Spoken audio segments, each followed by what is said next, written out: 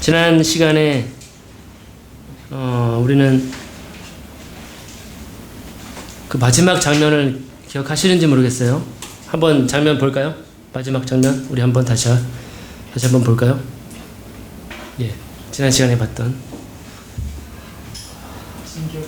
지난 시간에 우리가 한 부자의 예수님의 그 비유를 공부했었죠. 그래서 우리가 그 부자의 예처럼 우리 목숨을 사용하지 말자 라고 했었던 그런 내용입니다. 그래서 하나님 없는 평안, 하나님 없는 먹고 마시는 즐거움, 하나님 없는 쾌락, 이것에 우리가 목숨을 사용하지 말고 항상 하나님과 함께 쉼을 누리고 평안을 누리고 또 먹고 마시는 기쁨, 아내와 함께 하나님 주시는 그 분복 안에서 행복하자라는 그러한 내용이었습니다. 오늘은 그에 이어서 우리 생명을 어디에 걸어야 될까, 어디에 사용하는 것이 지혜로울까에 대해서 앞 시간과 대조되는 좋은 예가 되겠습니다. 보실까요? 지난 시간에 이걸 못 보신 분은 한번 보시기 바랍니다. 오늘은 좀 특이하고 흥미로운 내용이 되겠습니다.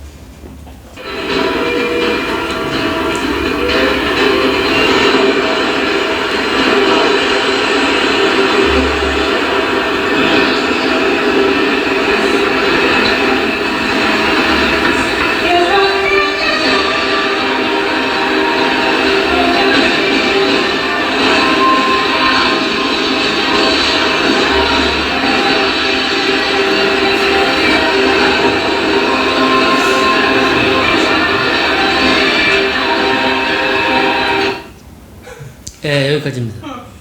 굉장히 좋아하시는데 우리 형제님이 굉장히 좋아하시는 것 같은데 처음 봤어요? 예. 굉장히 좋아하시는 것 같은데 저 다 아시는 분들은 아시죠?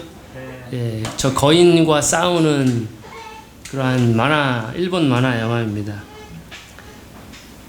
이것과 오늘 관련된 내용이 되겠습니다. 성경에 뭐 이러한 진격의 거인의 내용이 있을까 생각을 할 수도 있겠지만 우리 오늘 성경을 보시는 그 부분에서 그러한 내용을 찾아볼 수가 있겠습니다. 사사기 1장을 먼저 보시겠습니다.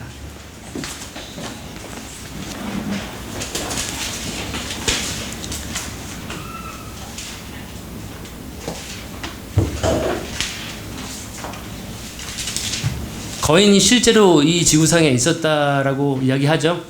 예, 그들의 화석도 발견이 되고 또 우리 시대에도 보셨을 거예요. 여러 명의 거인들이 있었죠. 우리나라에도 있었죠. 예, 근데 지금은 잘 나오지는 않지만 지금 어떻게 살고 있는지 무슨 범죄와 연루돼 가지고 지금 아무튼 좋지 않은 삶을 살고 있는 것 같은데 아무튼 성경에서는 이러한 거인에 대한 내용이 기록이 되어 있습니다. 사사기 1장 8절을 보시면은 유다 자손이 예루살렘을 쳐서 취하여 칼날로 치고 성을 불살랐으며 그 후에 유다 자손이 내려가서 산지와 남방과 평지에 거한 가나안 사람과 싸웠고 유다가 또 가서 헤브론에 거한 가나안 사람을 쳐서 세세와 아히만과 달메를 죽였더라. 헤브론의 본 이름은 기럇 아르바이었더라. 거기서 나아가서 드빌의 거민들을 쳤으니 드빌의 본 이름은 기럇 세벨이라. 우리가 10절에 보시면은 유다의 하이라이트를 해보시면 되겠습니다. 그리고 가나안 사람을 쳐서 가나안 사람에도 한번 하이라이트를 해보시고 세세와 아히만과 달메를 죽였더라. 여기까지 하이라이트를 해보시면 되겠습니다. 성경에 계속 반복적으로 기록되어 있는 부분들이 내용들이 있어요. 그렇다면 우리는 이 성경의 저자는 이 내용이 계속 반복적으로 독자들에게 읽혀졌으면 좋겠다라고 하는 의도가 있기 때문에 성경이 계속 반복된다고 하는 것은 그만큼 하이라이트를 해야 되고 중요한 내용이라는 것을 우리가 알 수가 있겠습니다. 자, 하이라이트를 하셨죠. 유다, 가나안 사람, 세세와 아히만과 달메를 죽였더라. 뭐 헤브론의 기럇 아르바이었더라. 이런 거 다 하이라이트를 하시면 되겠습니다. 자, 여호수아로 이제 가시겠습니다. 15장입니다. 굉장히 오늘 재밌는 이야기가 될 것 같습니다. 여호수아 15장 14절부터 보시면은, 자, 거기 또 하이라이트를, 볼펜을 드시고 하이라이트를 하시면 되겠습니다. 14절에 보시면은, 갈렙이 거기서 안악의 소생 곧 그 세 아들 세세와 아히만과 달메를 쫓아내었고, 여기서는 갈렙이라고 되어 있네요. 앞에서 사사기에서는 유다라고 되어 있었죠. 그다음에 가나안 사람이라고 아까 사사기에서는 됐었는데, 이 여호수아에서는 안악의 소생이라고 되어 있습니다. 그 세 아들 세세와 아히만과 달메도 한번 하이라이트를 해보시고, 15절에 거기서 올라가서 드빌검 주민을 쳤는데 드빌의 본 이름은 기라세벨이라. 이렇게 14절 여호수아 15장 14절에 세 사람의 이름이 거론되어 있죠. 안악의 자손이라고 되어 있습니다. 안악이라고 하는 사람은 우리가 잘 알죠. 예, 안악이라고 하는 사람은 실제 인물이었습니다. 사람의 이름입니다. 근데 그가 어떠한 인물이었냐면, 우리가 동영상 화면 본 것처럼 거인이었습니다. 가나안 땅의 거인족이에요. 그래서 안악 자손 한다면 다 그의 피를 물려받은 거인족들입니다. 여기는 배포를 쏴도 안 죽어요. 뭐 창과 총을 쏴도 죽지 않는, 좀 과장된 것이 있겠지만, 근데 그 이름이 기록되어 있습니다. 세세와 아히만과 달메. 이 세 사람이 유명하다는 거예요. 안악의 자손 중에서, 특히 거인족 중에서 이 세 사람이 굉장히 유명하다는 이야기입니다. 이 세 사람이 사사기에도 기록이 되어 있고 여호수아에도 기록이 되어 있고, 또 어디에 기록이 되어 있냐면 민수기를 잠깐 보겠습니다. 민수기 13장 보시겠습니다. 민수기 13장에서는 이제 모두가 젊었어요. 우리가 사사기로 들어가면 여호수아가 죽는 내용부터 시작이 되는데, 이 민수기 때에는 모세가 이스라엘의 리더였고 그들을 인도하고 지도했습니다. 그 가운데 여호수아라고 하는 용맹스러운 용사가 한 명 있었고, 그 다음에 또 한 명의 사람이, 정탐꾼 중에 한 명이 있었습니다. 바로 갈렙이라고 하는 사람인데, 민수기 13장 22절에서 보시면, 또 네겝으로 올라가서 헤브론에 이르렀으니 헤브론은 애굽 소안보다 7년 전에 세운 곳이라. 그곳에 안악 자손 아히만과 세세와 달메가 있었더라. 아히만과 세세와 달메, 세세와 아히만과 달메, 거인족 중에서 정탐꾼들이 그 땅을 보러 갔을 때 이 세 명의 장수가 거인이 있었다라는 것이에요. 그들이 이 세 명의 헤브론에 정탐을 가서, 스파이를 가서 이 세 사람을 보고 돌아와서 뭐라 그랬어요? 우리는 메뚜기다. 그들은 거인족들이다. 우리가 당해낼 수가 없다. 그러한 지역에 사사기에서는 유다 자손이 올라가서 세세와 아히만과 달메, 민수기에 처음 이 이름들이 기록이 되어 있어요. 이때 당시 갈렙은 젊었습니다. 정탐을 떠날 때에는. 근데 지금 그들을 처음 봤어요. 말로만 듣던 거인들이구나. 여기 살고 있네. 근데 여호수아와 함께 이제 그 땅을 정복하러 갔을 때에는 노년이었습니다. 근데 지금 유다 자손 혹은 갈렙이 그 땅에 가서 그들을 죽였다. 드디어 적과에 대면하는 거죠. 원수와 대면하게 되는 거죠. 근데 그들은 골리앗처럼 거인이었다라고 하는 것입니다. 그 내용이 지금 기록이 되어 있는 거예요.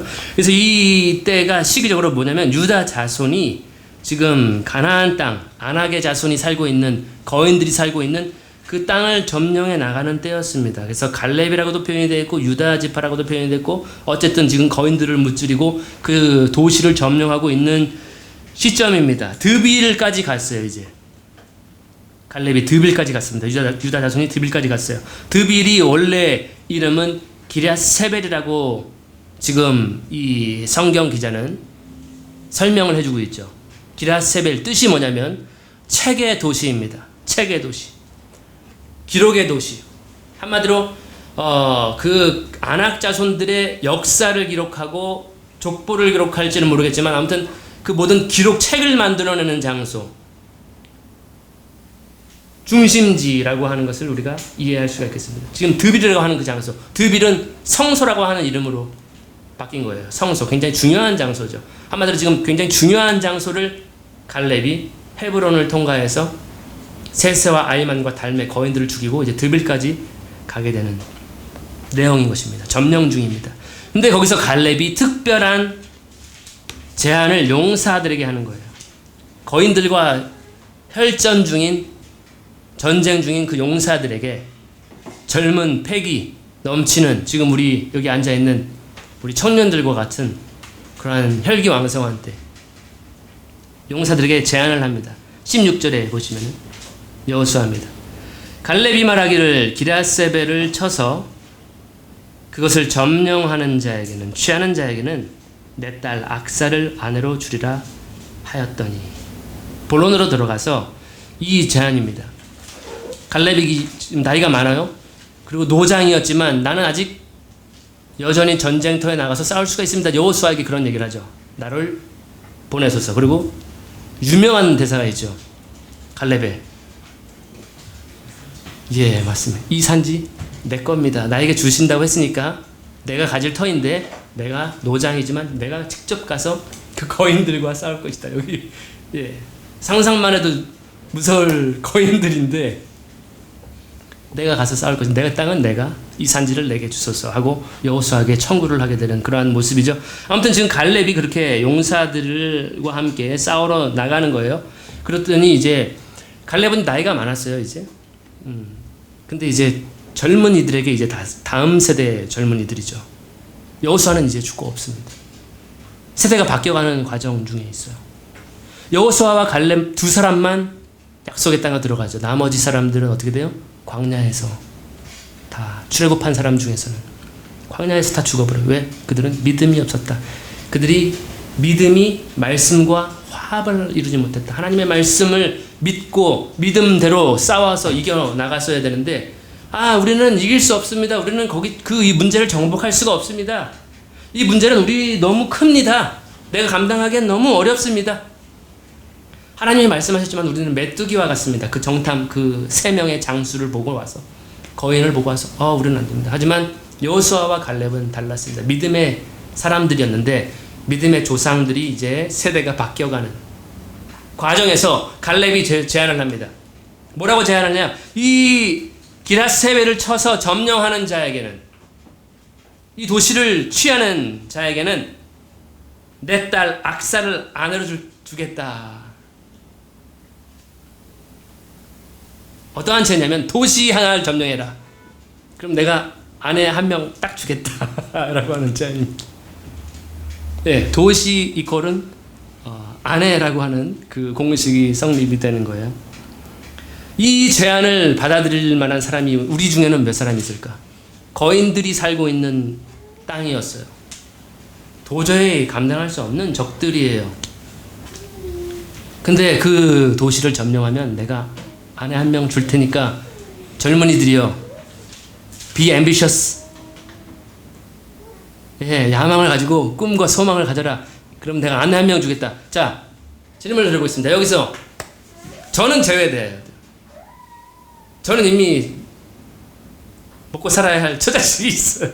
저는 악사 아니야. 뭐 긱사를 줘도 저는 별로. 예. 저는 별로. 전 죄송합니다. 저는 빠지겠습니다. 갈렙이시여. 예. 그렇게 할 것 같아요. 그 도시에는 안악자손. 우리 형제님은 어때요? 형제님들 아직 아내가 없으신 형제님들, 자매가 없으신 형제님들 어때요? 이 제안 마음에 드십니까? 마음에 드십니까? 이 도시를 점령해라. 그럼 내가 아내 한 명을 딱 주겠다. 그 이름은 악사다. 내 딸이다. 한번 손 들어보십시오. 나는 할 것 같다. 자, 나는 그 전쟁 나간다. 난 전쟁과 거인과 싸워서 난 나가서 목숨을 걸고 싸우겠다. 한 사람도 없으시고.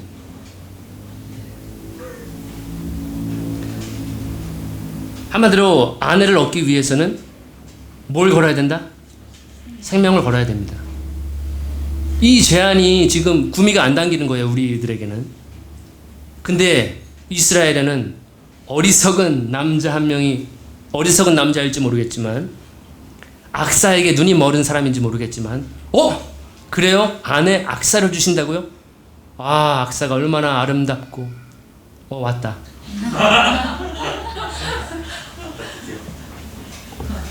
목숨을 걸어야 하는 그러한 제안이었습니다. 다시 공식을 적어보면은 내 목숨 이꼬르 아내 한 명이에요.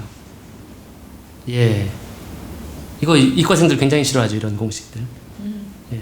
전혀 이건 탐탁치 않은 공식이에요. 예.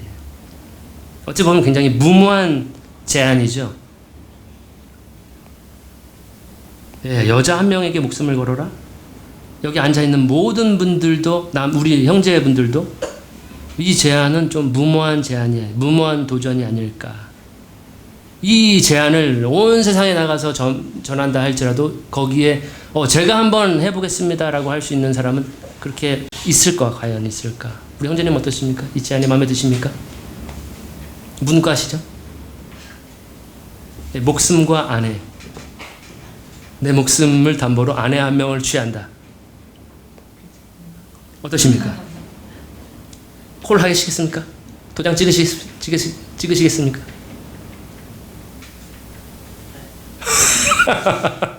패스? 그럼 우리 형제님은 어떠세요? 도장 찍겠습니까? 계약서에? 제가 한번 나가보겠습니다. 제가 아내 한번, 한평생 살면서 아내 한번 내가 맞아드리겠습니다. 도장 찍으시겠습니까? 패스 할 거예요? 하이 패스로 빠르게. 아니, 딴 사람한테 패스? 아니, 그게 아니라. 예. 답변 패스. 답변 패스. 이 유다 지파의 가운데에서 유다 자손 중에서 한 사람이 있었습니다. 근데 그가 진짜 유다의 혈통인지 아닌지는 모르겠어요. 갈렙도 학자들은 진짜 유다의 혈통인지 아닌지 그것에 대해서 의견이 분분합니다. 사실은. 아무튼 갈렙이 혹은 유다 자손이 지금 그 전쟁 중에 있는 것입니다. 근데 그 지파 가운데에서 그 청년 무리 가운데에서 어리석은 사람 한 사람이 있었습니다. 그 이름이 뭐냐면 바로 뜻이 뭐냐면 하나님의 사자라고 하는 이름의 뜻을 가지고 있습니다. 혹은 하나님의 힘이라고 하는 이름의 뜻을 가지고 있는 온니엘이었습니다. 온니엘에게 있어서 이 제안은 너무나도 쉬운 제안이었을지 모르겠습니다. 하나님의 사자, 하나님의 힘이라고 하는 이름을 가진 청년이 갈렙이요, 제가 한번 해보겠습니다. 제가 목숨 걸고 그 도시를 점령하겠습니다. 제가 목숨 걸고 당신의 딸 악사를 내 아내로 취하겠습니다. 갈렙의 입장에서는 얼마나 그 젊은이가 멋있었을까. 지금 웃으면서 한번 싸워보라. 갈렙의 제안에 온니엘은 얘기합니다. All in. 세 가지 추측을 우리가 해볼 수 있습니다. 첫 번째, 온니엘은 아내가 없었을 거예요. 맞죠? 저와 같이 혹은 이 형제님 같이 아내가 예쁜 아내가 있는데 굳이 거기 왜 나가요, 제가? 아유, 저는 싫습니다요. 예, 하겠죠? 온니엘은 아마 아내가 없었을 거라는 것을 우리가 추측을 해볼 수가 있어요. 성경이 얘기하고 있지는 않지만, 아내가 있었다면은 그 큰 모험은 하지 않죠.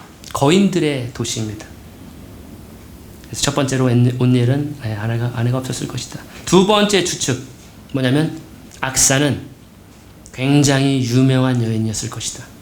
이름을 대면 그 모든 자손들이 전쟁 중이었던 정신이 없는 상황에서도 악사를 주겠다라고 했을 때 누구나 귀가 쏠깃할 수 있는 여인이 아니었을까. 굉장히 유명한 여인이자 굉장히 아름다운 여인일 수도 있지 않을까. 모든 청년들의 이목을 끌을 수 있는 그러한 여성이 아니었을까.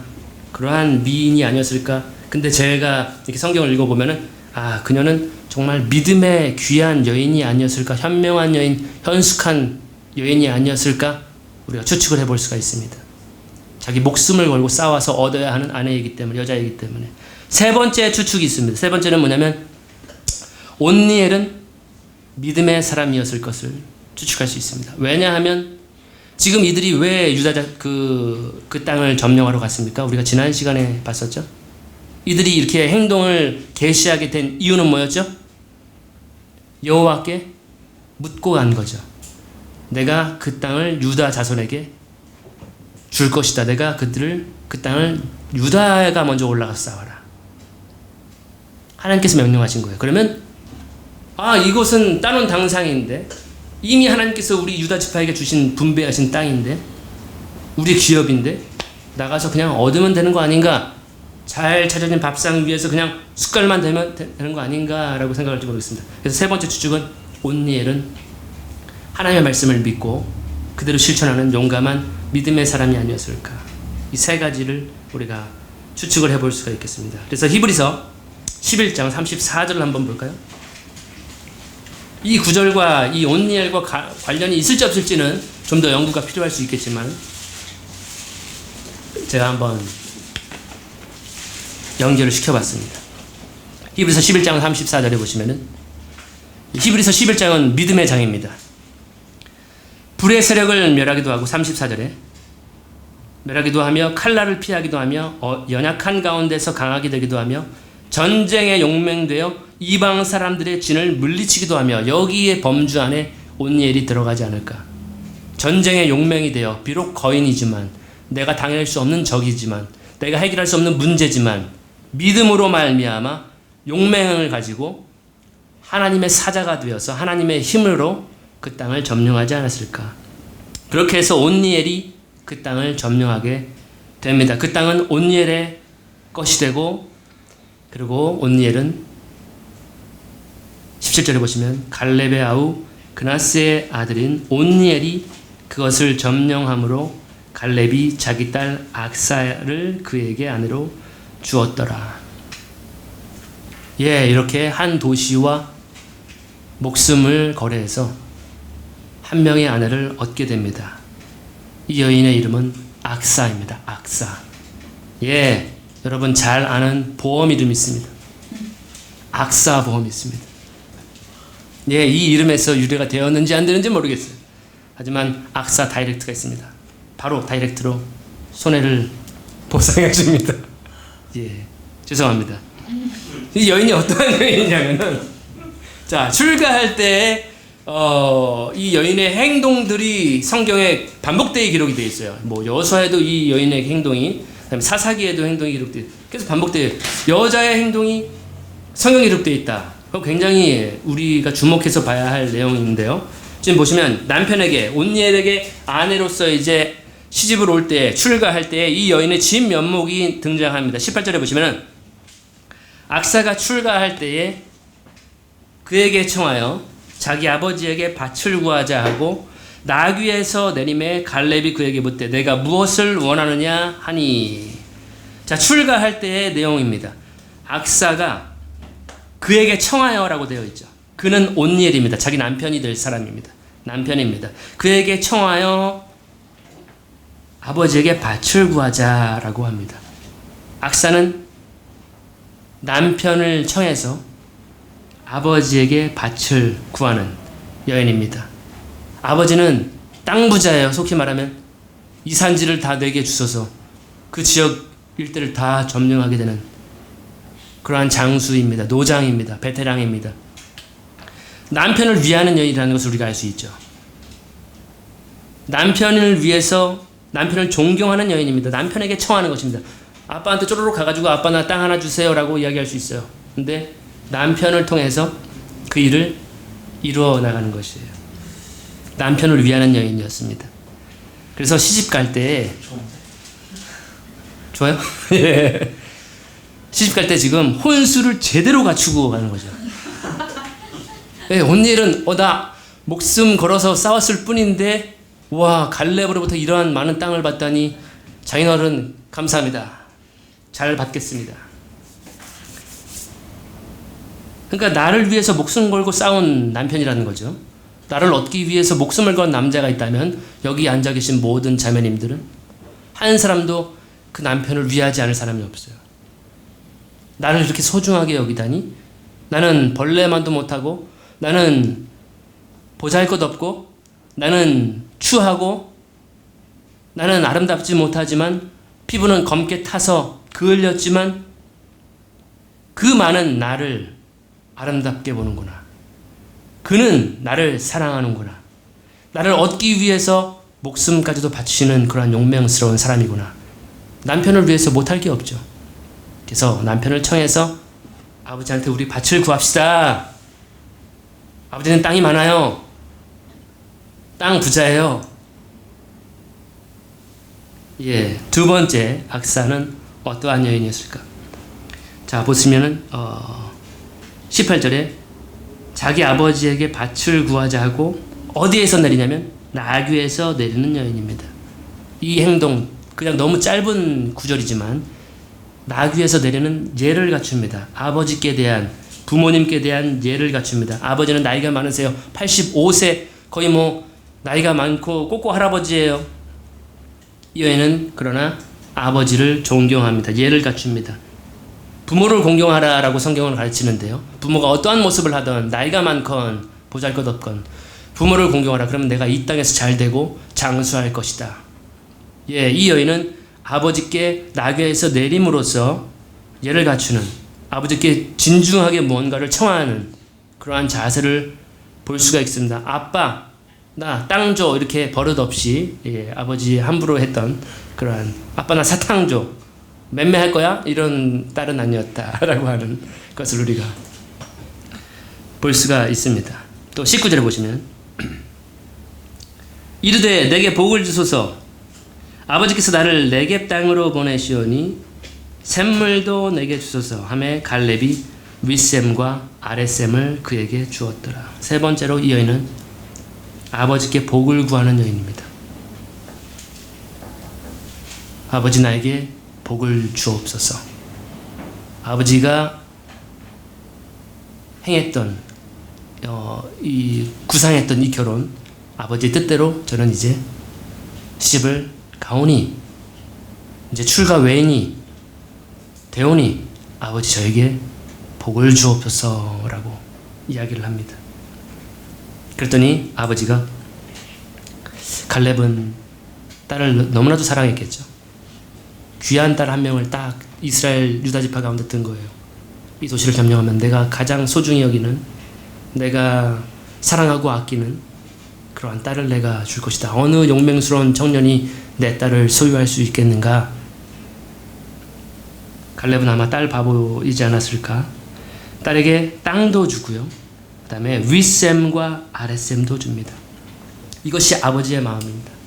단지 이 딸은 아버지 저에게 복을 주십시오. 저는 이제 출가합니다.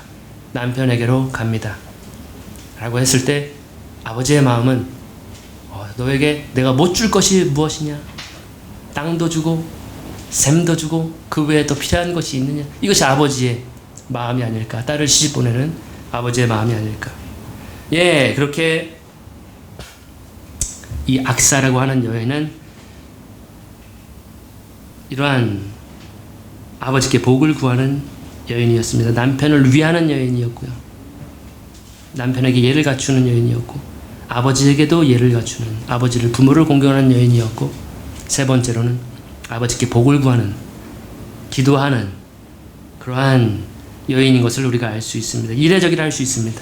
여인에게 이러한 마치 아들에게 기업을 물려주는 것처럼, 오히려 혹은 더 많은 유산을 물려주는 것처럼 시집가는 딸에게 이렇게 모든 것을 분배해주는, 땅을, 기업을 물려주는 경우는 좀 이례적인 것이 아닐까. 그래서 성경에 반복해서 기록이 되어 있지 않을까. 저는 그렇게 특별한 모습으로 생각을 해봤습니다. 이 내용을 통해서 우리는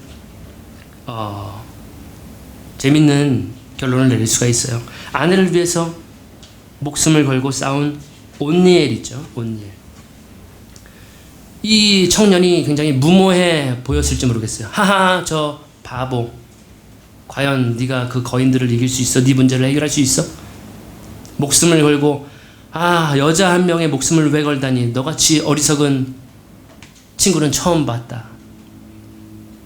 그렇게 봤을 수도 있어요. 비방하고 비난했을 수 있습니다. 하지만 목숨 걸고 싸운 온니엘은 용사로서 한 도시를 점령합니다. 나라에 공을 세웁니다. 그거 누가 점령했는가? 성경에 평생 영원토록 기록이 되어 있어요. 온니엘이 기라세벨을 점령했다. 그렇게 나라의 공을 세우게 되고요. 그것보다 더 가치를 둔 일이 뭘까요? 사실 제가 봤을 때 온니엘은 그 도시를 점령하는 건 그렇게 중요하지가 않아요. 뭐예요? 아내를 얻는 일이었습니다. 아내에게 목숨을 건 거예요. 도시에게 목숨을 건 게 아닙니다. 현숙한 여인이었습니다. 그 여인은 이스라엘 가운데 없는 그러한 여인이었습니다. 여기 앉아 계신 자매님처럼 아름다운 여인이실 수 있어요. 우리 자매님처럼 아름답고, 우리 자매님처럼 상큼한 그러한 자매가 아니었을까 생각이, 저기 뒤에 계신 자매님들 또 그러한 악사와 같은 자매가 여지 않았을까. 그 현숙한 여인 악사에게 목숨을 건 것입니다. 그녀를 통해서 장인어른 갈렙에게 땅도 받고 더불어서 윗셈과 아랫셈들도 받습니다. 그리고 또 나중에는 그가 어떠한 직분을 얻게 되는가 하면은, 사사기를 보시면 알겠지만 이스라엘의 첫 번째 사사가 됩니다. 바로 온니엘이.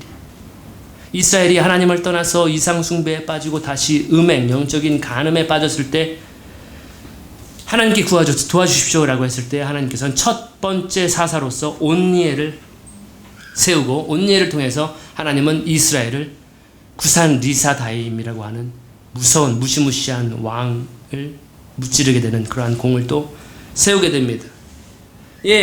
결론입니다. 아내를 얻기 위해서 목숨을 거는 것은 절대로 무모한 도전이 아닌 것을 발견할 수가 있습니다. 지금까지 현재까지 아내를 위해서 목숨을 걸지 않았다면, 걸어본 적이 없고 걸고 싶지도 않고 아내는 생각하지도 않고 그냥 혼밥, 혼술, 혼게임 하면서 평생을 혼식하면서 혼자 살아갈 거예요 라고 생각했을지도 모르겠어요. 아내를 얻기 위해서 목숨을 거는 것, 절대로 무모한 도전이 아니라는 것이라는 거죠. 혹시 결혼을 했지만 여전히 나는 아내를 사랑하기보다는, 아내에게 헌신하기보다는 내 것을 소중히 여기고 내 것을 양보하지 못하고 아내를 위해서 내 전부를 걸지 않았다고 한다면 한번 걸어볼만 한 것입니다.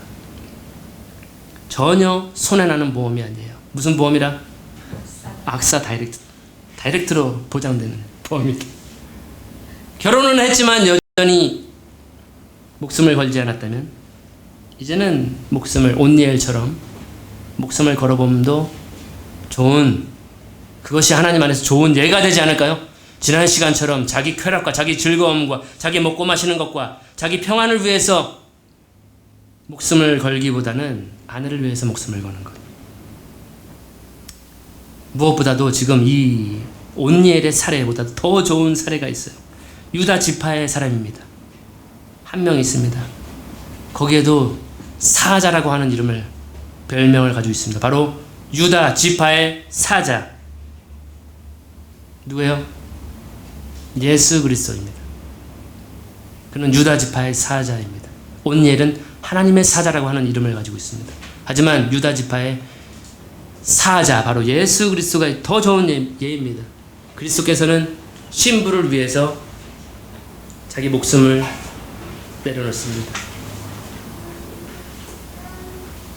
자기 모든 것을 포기했습니다. 신부를 얻기 위해서.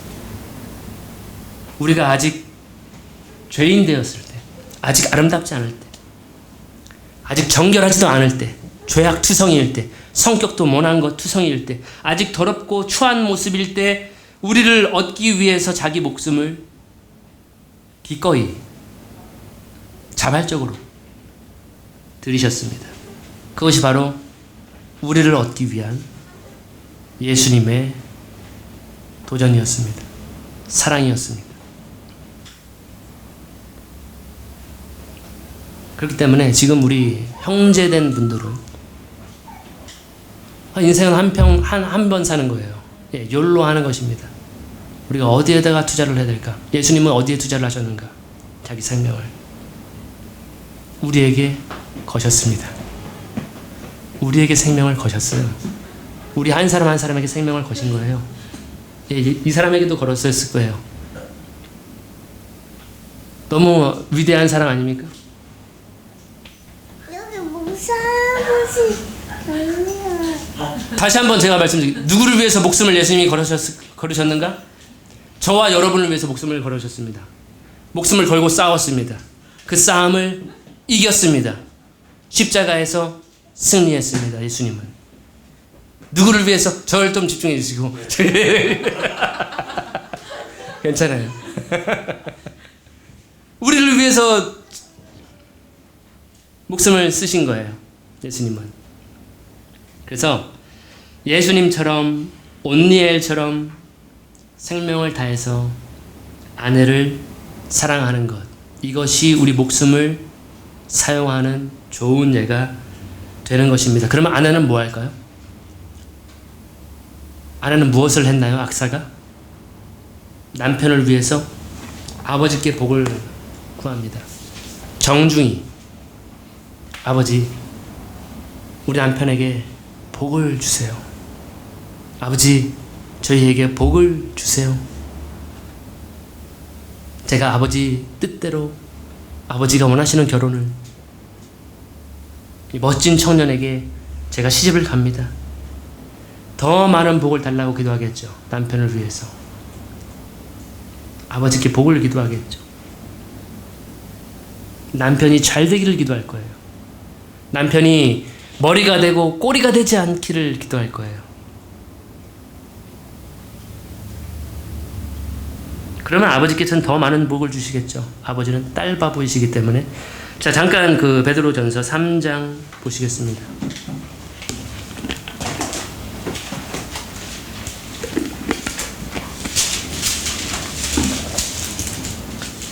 7절에 이러한 내용이 있습니다. 남편들아, 이와 같이 지식을 따라 너희 아내와 동거하고 그를 더 연약한 그릇이요 또 생명의 은혜를 함께 이어받을 자로 알아 귀히 여기라. 이는 너희 기도가 막히지 아니하게 하려 함이라. 아내는 남편을 위해서 기도합니다. 남편은 아내를 위해서 목숨을 다해서 사랑하고, 아내는 주를 복종하는 것처럼 남편에게 복종하고, 아내를 통해서 생명의 유업을 함께 아내와 물려받는 거예요.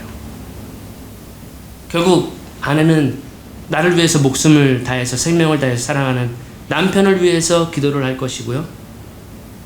아버지께서는 계속해서 더 많은 복을, 위에 복을 주시고 아래 복도 주시고, 결국 남편은 뭐가 되어 있을까요? 나중에 온니엘이 뭐가 됐죠? 남편은 사사가 되어 있습니다. 이스라엘 가운데 하나님의 재판장이 되어 있을 것입니다. 이게 바로 목숨을 잘 사용한 선한 아름다운 사례가 되지 않을까요? 우리 남편들, 우리 형제님들, 남편 된 형제님, 저를 포함해서 우리가 목숨을 어디에 써야 될까? 다시 한번 생각하는 그러한 시간이 되었으면 하는 바람입니다. 기도로 마치겠습니다. 하나님 아버지, 이 시간도 감사를 드립니다. 아내를 얻는 자는 복을 얻고 여호와께 은총을 받은 사람이라 했습니다. 사람이 독처하는 것이 좋지 못하니 돕는 배필을 지어주신 분이 하나님이십니다. 우리를 위하시는 하나님, 우리가 혼자 있기를 원치 않으시는 하나님, 그래서 우리로 하여금 예수 그리스도, 우리의 신랑 되신 예수님을 보내주신 하나님, 오늘 이 말씀을 통해서 우리 각자에게 주시는 메시지가 있을 것을 생각합니다.